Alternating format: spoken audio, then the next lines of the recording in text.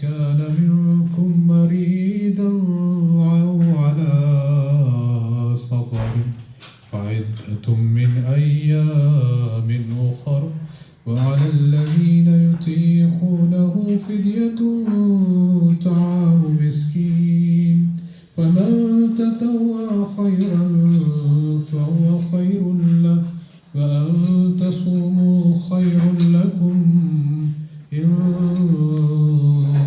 كنتم تعلمون شهر رمضان الذي أنزل فيه القرآن هدى للناس وبينات من الهدى والفرقان فمن شهد منكم الشهر فليصم ومن كان مريضا أو على سفر فعدة من أيام أخر يريد الله بكم اليسر ولا يريد بكم العسر ولتكملوا العدة ولتكبروا الله على ما هداكم ولعلكم تشكرون.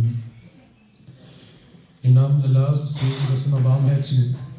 O die ihr glaubt, Fasten ist euch vorgeschrieben, wie es denen vor euch vorgeschrieben war, auf dass ihr euch schützt.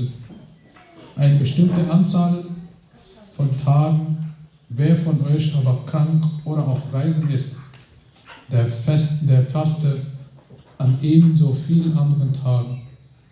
Und für jene, die es schwer bestehen würde, ist ein Ablösen, Speisung eines Armen. Und wer mit freiwilligem Gehorsam ein gutes Werk vollbringt, das ist noch besser für ihn. Und Fasten ist gut für euch, wenn ihr es begreift. Der Monat Ramadan ist der, in welchem der Koran herabgesandt wurde. Eine Weisung für die Menschheit, deutlich Beweis der Film und göttlichen Zeichen.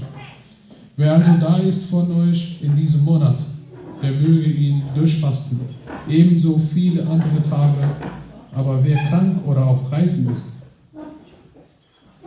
Allah wünscht euch Erleichterung und wünscht euch keine Beschwernis und dass ihr die Zahl erfüllt und Allah preisen mögt dafür, dass er euch recht geleitet hat und dass ihr dankbar sein möget.